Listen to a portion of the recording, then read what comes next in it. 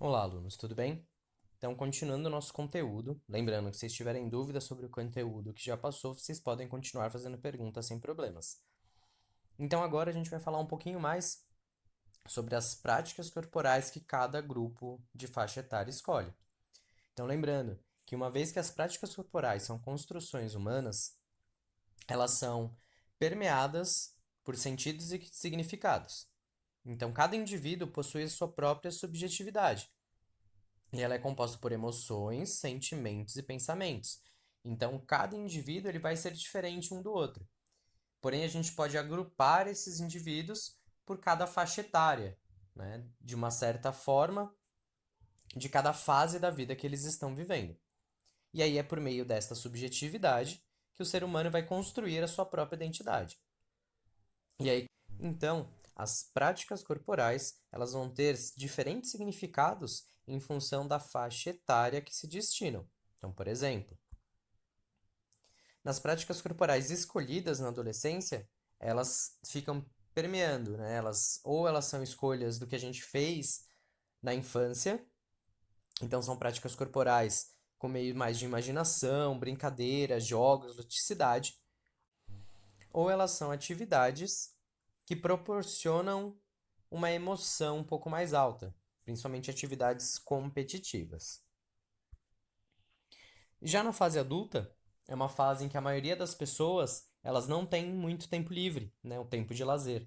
Então, geralmente as escolhas das práticas corporais, elas são feitas ou por práticas de lazer, que é simplesmente o assistir, então assistir a jogos ou pela TV, ou em estádio, ou em quadras, ou por atividades que geralmente ela traz uma obrigatoriedade maior. Então, geralmente ele vai pagar para fazer algum tipo de atividade física.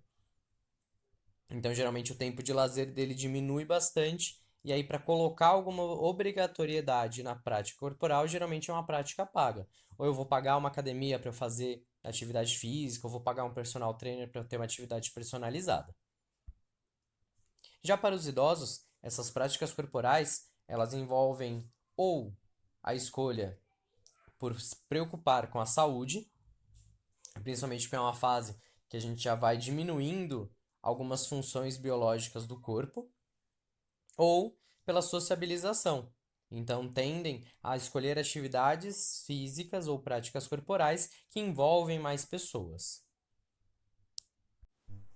Segundo tema da apostila de vocês, ele vai falar um pouquinho sobre os mega eventos esportivos e as transformações urbanas. E aí a apostila vai trazer principalmente dois eventos que aconteceram no Brasil. Então, a Copa do Mundo de Futebol, em 2014, e os Jogos Olímpicos de 2016. E sempre que eu vou pensar no mega evento ou na construção, planejamento de um, eu preciso primeiro pensar se isso vai ser benéfico ou não. E aí eu preciso olhar isso de quatro pontos diferentes. Então, primeiro ponto, sobre construções e novas estruturas. Então, eu preciso saber se eu vou construir alguma coisa, se aquilo já vai estar no planejamento urbano do local onde isso vai ser construído, ou ele vai ficar alienado, vai ficar fora de um planejamento, vai ficar isolado, vai ser de difícil acesso. O segundo ponto é do desenvolvimento econômico.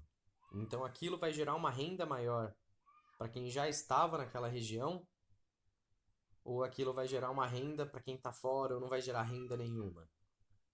Terceiro ponto é o impacto psicossocial. Então, eu estou fazendo esse mega evento, eu estou incluindo as pessoas estão se sentindo pertencentes a esse mega evento que eu estou fazendo, ou ele é um evento que eu estou excluindo algumas pessoas ou não. E como quarto, os efeitos comunitários. Então, isso vai ser bom para aquelas pessoas que já moravam naquela região.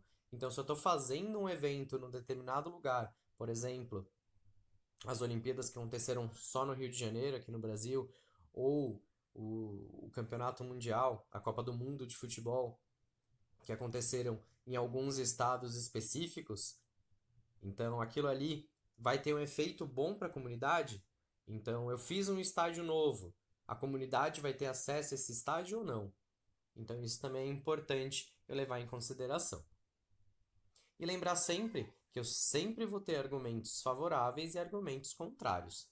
Então, não importa o ponto que eu vou olhar, eu sempre vou ter uma balança, algum argumento que vai estar positivo e argumento negativo, mas o importante é, se eu vou fazer esse mega evento, eu preciso ter mais argumentos positivos para que aquilo tenha um impacto positivo na sociedade ou no grupo que vai pertencer.